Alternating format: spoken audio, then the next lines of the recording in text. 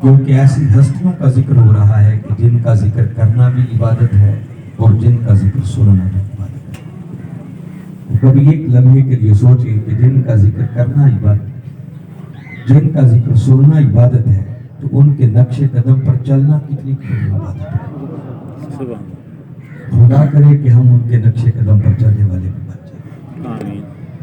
سر محفل یہ کس کا تذکرہ ہے؟ سر محفل یہ کس کا تذکرہ ہے؟ غذا جس کی لعاب مصطفیٰ ہے۔ سبحان اللہ، سبحان اللہ۔ سر محفل یہ کس کا تذکرہ ہے۔ تذکرہ ہے، غذا جس کی لعاب مصطفیٰ ہے، اور غم شبیر سے جو روکتا ہے یزید وقت ہے، وہ اور کیا ہے؟ معلوم نہیں کتنے لوگوں کو یہ بات سمجھ آئی ہے۔ بس یوں سمجھیں کہ میں نے ان 4 مصروں کے اندر آج کے ایک بہت بڑے فتنے کا جواب دیا اور سمندر کو کوزے میں بند کیا۔ ایسی سوچ اور ایسے طبقے کی کمی نہیں کہ جو ہمیشہ رہی ہے کہ حسین کی شہادت پر غم کیسے، محرم میں شادی کیوں نہ کریں۔ ابھی کل کسی جگہ پر تھا تو مجھے باقاعدہ کسی نے وہ فیس بک پر اور سوشل میڈیا پر باقاعدہ وہ نکال کر پوسٹیں کچھ دکھائی کہ کسی نام نہاد سنی ان محرم کے دنوں میں اپنے بیٹے اور بیٹی کی شادی کی۔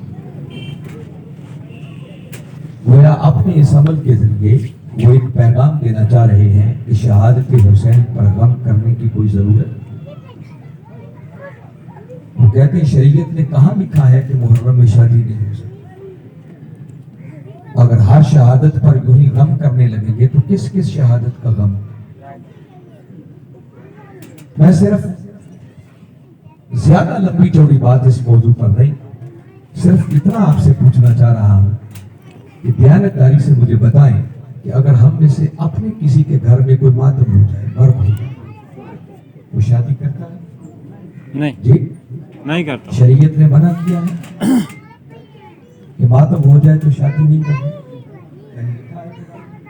یا نکاح کرو گے تو واقع نہیں ہوگا، وہ حلال نہیں حرام ہوگا۔ اپنا گھر تو دور رہا، اگر کسی پڑوسی کے گھر میں ماتم ہو جائے تو اخلاق کا تقاضا یہ بنتا ہے کہ تب بھی ان کے ماتم کی وجہ سے اپنی خوشیوں کو مؤخر کریں۔ میں سمجھتا ہوں کہ اگر بارگاہ رسالت مآب صلی اللہ علیہ وسلم کا اگر تھوڑا سی ادب ہو، حیا ہو، ایمانی غیرت موجود ہو، تو کم از کم کلمہ پڑھنے والا محرم کے ان دنوں میں شادی کرنے کا سوچ نہیں سکتا۔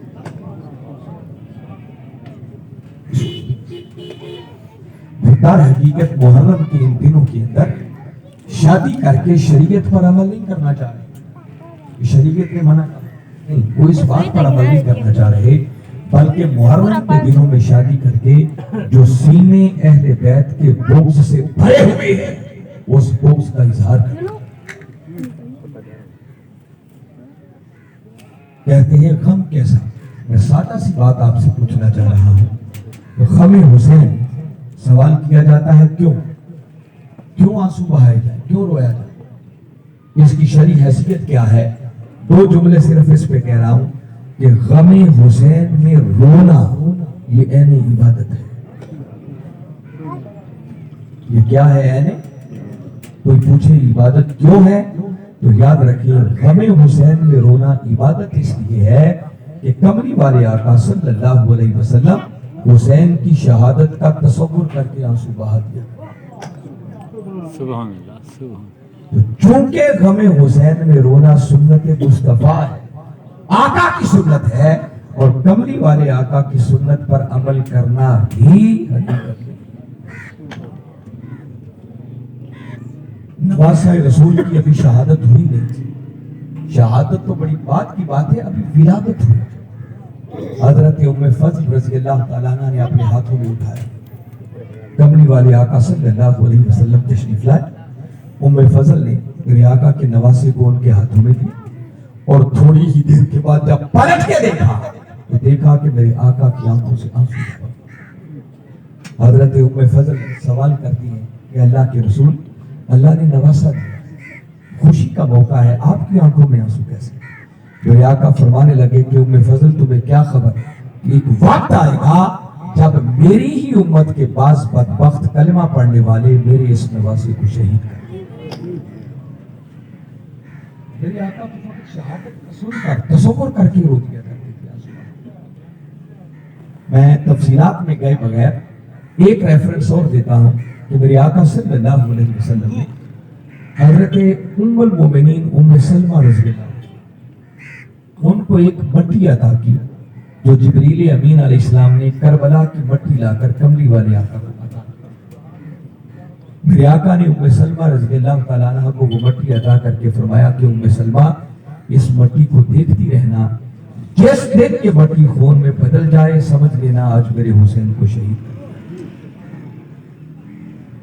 قربان جائیں آقا کے اس عمل مبارک، آقا کی کئی ازواج مطہرہ، مگر آقا نے کربلا کی وہ مٹی صرف اس زوجہ مطہرہ کو عطا کی کہ نگاہ نبوت دیکھ رہی تھی کہ حسین کی شہادت کے وقت اگر کوئی زندہ ہوگی تو ام سلمہ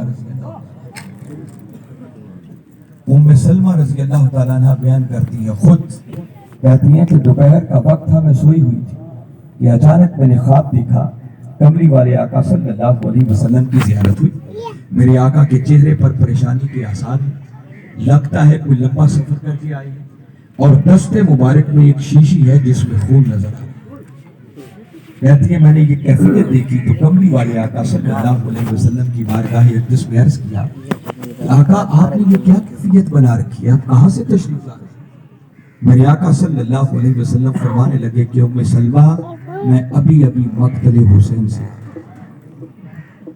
آج کربلا میں میرے حسین کو شہید کر دیا گیا ہے، اور یہ جو میرے دست مبارک میں تم ایک شیشی میں خون دیکھ رہی ہو، فرمایا آج سارا دن کربلا کے میدان میں 72 شہیدوں کا خون اس شیشی میں جمع کرتا۔ ام سلمہ رضی اللہ تعالیٰ عنہ کہتی ہیں کہ بس یہ خواب دیکھنا تھا کہ میں چونک کے اٹھ پڑی، اور آقا کا فرمان یاد آیا کہ ام سلمہ وہ مٹی دیکھتی رہنا، جس دن یہ مٹی خون میں بدل جائے سمجھ لینا میرے حسین کو شہید کر دیا۔ کہتی ہے میں دوڑ کر گئی کہ ذرا دیکھوں تو صحیح وہ مٹی کس کیفیت میں ہے۔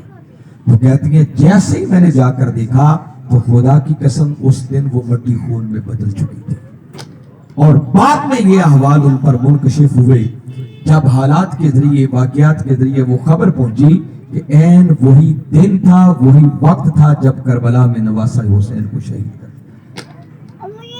ہمارا ایمان ہے کہ اگر خواب میں بھی کملی والے آقا صلی اللہ علیہ وسلم کی زیارت ہو تو وہ زیارت آقا ہی کی ہوتی۔ آقا ظاہری حیات مبارکہ کے اندر شہادت کا تصور کر کے آنسو بہا دیا، اور جس دن شہادت ہوئی میرے آقا صلی اللہ علیہ وسلم نے خواب میں حضرت ام سلمہ رضی اللہ تعالیٰ عنہ کو اپنی زیارت سے نواز کر آنکھوں سے آنسو بہا کر بتا دیا کہ حسین کی شہادت پر مجھے کتنا غم۔ پتا چلا کہ غم حسین میں رونا یہ سنت مصطفیٰ ہے، اور کملی والے آقا کی سنت پر عمل کرنا ہی عبادت ہے۔ اس لیے لوگوں غم حسین میں رونا سیکھو، اور غم حسین کو جینا سیکھو، غم حسین میں مرنا سیکھو۔ اس بنیادی ایک مسئلے کے بعد جو اگلی اہم ترین بات بتانا چاہ رہا ہوں، یہ ایک اور فتنہ ہے جو اس دور میں پیدا ہوا، اور معاذ اللہ آج دلوں کے اندر سے اہل بیت کی محبت کو کم کرنے اور ان ہستیوں کے مقابلے میں زبردستی کچھ لوگوں کو لا کے کھڑا کرنے۔ معلوم نہیں آپ احوال جو اس وقت حالات چل رہے ہیں ان سے کتنی آگاہی ہوتی ہے، سوشل میڈیا کا دور ہے، میرا خیال ہے تو میں نے اس بات کو مد نظر رکھتے ہوئے فیصلہ یہ کیا ہے کہ اس مختصر وقت کے اندر آپ کو بتاؤں کہ اہل بیت کی عظمت کیا ہے، ان کی شان کیا ہے، اور ان کی محبت کا مقام شریعت میں کیا ہے، تاکہ اگر کہیں ایسی سوچ دلوں کے اندر اترنے کی کوشش کر رہی ہو تو کملی والے آقا صلی اللہ علیہ وسلم کی بارگاہ اقدس کا جھاڑو بن کر شکوک و شبہات کی مستقبل کو مستقبل۔ یاد رکھیں اس کائنات کی میجر تقسیم ایک ہے کہ ایک خالق ہے اور اس خالق کے بعد کائنات کے اندر جو کچھ بھی ہے وہ ساری اس کی مخلوق ہے۔ دوسرے لفظوں میں آپ یوں کہہ سکتے ہیں کہ ایک معبود ہے اور باقی کائنات میں جو کچھ ہے، کائنات کا ذرہ ذرہ اس کی حیثیت اللہ کی بارگاہ میں سوائے عبد اور بندہ ہونے کی اور کچھ نہیں۔ خالق کی شان کا تو کوئی مقابلہ کر نہیں سکتا، کہاں خالق اور کہاں مخلوق۔ جب مخلوق کے مرتبوں کا تعین کرتے ہیں تو اس بات پر بھی اجماع ہے کہ پوری کائنات کے اندر خالق کے بعد اگر کسی کی شان اور عظمت ہے تو اس ہستی کا نام محمد مصطفیٰ صلی اللہ علیہ وسلم۔ نعرہ تکبیر، نعرہ رسالت، نعرہ رسالت، شان امام حسین۔ کسی نے ایک جملے میں یہ بات سمیٹ دی ہے کہ بعد از خدا بزرگ کوئی قصہ مختصر، کہ خدا کے بعد اگر سب سے اونچی شان ہے تو وہ کملی والے آقا محمد مصطفیٰ صلی اللہ علیہ وسلم۔ اللہ اور اس کے رسول کے بعد جب مراتب کا تعین تو قرآن کا دیا ہوا ضابطہ صرف ایک ہے کہ بس جو جتنا کملی والے آقا صلی اللہ علیہ وسلم کے قریب ہوتا جائے گا وہ اتنا ہی بلند سے بلند تر ہوتا جائے گا۔ میں بات آپ کی شان سے، قرآن پاک کے اندر باری تعالیٰ نے خود آپ کی شان دی۔ اب دامن وقت میں گنجائش نہیں، مگر سناتا آپ کو کہ آپ مولا نے کیسے شان دیا۔ ایک ہی مقام بتاتا ہوں، باری تعالیٰ نے ارشاد فرمایا وَكُنْتُمْ خَيْرَ أُمَّةٍ، فرمایا سن لو میرے مصطفیٰ کے غلاموں، تم کائنات کی ساری امتوں میں سے افضل ترین امت، سب سے بہتر قیامت۔ تو کبھی آپ نے سوچا ہے کہ ہمیں کون سے سرخات کے پر لگ گئے ہیں جو ہم ساری امتوں سے افضل ہیں؟ کیا ہمارے اندر گناہ گار نہیں؟ رات میں گئے بغیر بتانا چاہ رہا ہوں جو قرآن ذکر کرتا ہے، صرف وہ بات۔ اب اس واقعے کی تفصیل میں جانے کی ضرورت نہیں ہے۔ سورہ نمل میں قرآن کہتا ہے کہ سلیمان علیہ السلام کا ایک امتی تھا جن کا نام آصف بن برخیہ ہے۔ جب سلیمان علیہ السلام نے تقاضا کیا کہ کوئی ہے جو ملکہ سبا کا 900 میل پڑا ہوا تخت 900 میل دور پڑا ہوا تھا وہ ان کی آمد سے پہلے بھی آئے، آپ کا وہ امتی کھڑا ہو کے عرض کرنے لگا انا آتی کبھی قبل ان یرتد الیک طرف، اے اللہ کے نبی اگر اجازت ہو تو آپ کی پلک جھپکنے سے بھی پہلے 900 میل دور پڑا ہوا تخت اٹھا لیا۔ وہ غار دونوں طرف سے پوری تھی، سورج طلوع ہوتا تھا تو دھوپ آتی تھی، غروب ہوتا دوسری طرف جاتا تو ادھر سے دھوپ آتی تھی۔ قرآن کہہ رہا ہے کہ جب سورج طلوع ہوتا تو طلوع ہوتے غار سے تھوڑا سا ہٹ کے گزر جاتا، جب غروب ہونے لگتا تھوڑا سا دوسری طرف کترا کے گزر جاتا۔ قربان جائیں ان ہستیوں کا مقام کیا ہوگا کہ جن کی خاطر خدا نے 3 صدیوں تک اپنے سورج کے طلوع اور غروب گن لیا۔ اس کا مطلب کہ سابقہ امتوں میں بھی کوئی کم درجات کے حامل لوگ، تو پھر سوال ہے کہ ہمیں یہ سب سے افضل امت کیوں کرا دی؟ ہمارے اندر خوبی کون سی؟ یاد رکھیں اس کا جواب سوائے اس کی اور کچھ نہیں کہ ہمارے اندر بس وہ خوبی ایک ہی ہے، اور وہ خوبی یہ ہے کہ ہمیں نسبت مصطفیٰ، ہم اس نبی کے امتی بن گئے جس نبی کے امتی ہونے کے لیے انبیاء بھی خود دعائیں کرتے رہے۔ صرف کملی والے آقا کی نسبت نے ہمیں اتنا اونچا بنا دیا کہ کسی نبی کی امت بھی ہمارا مقابلہ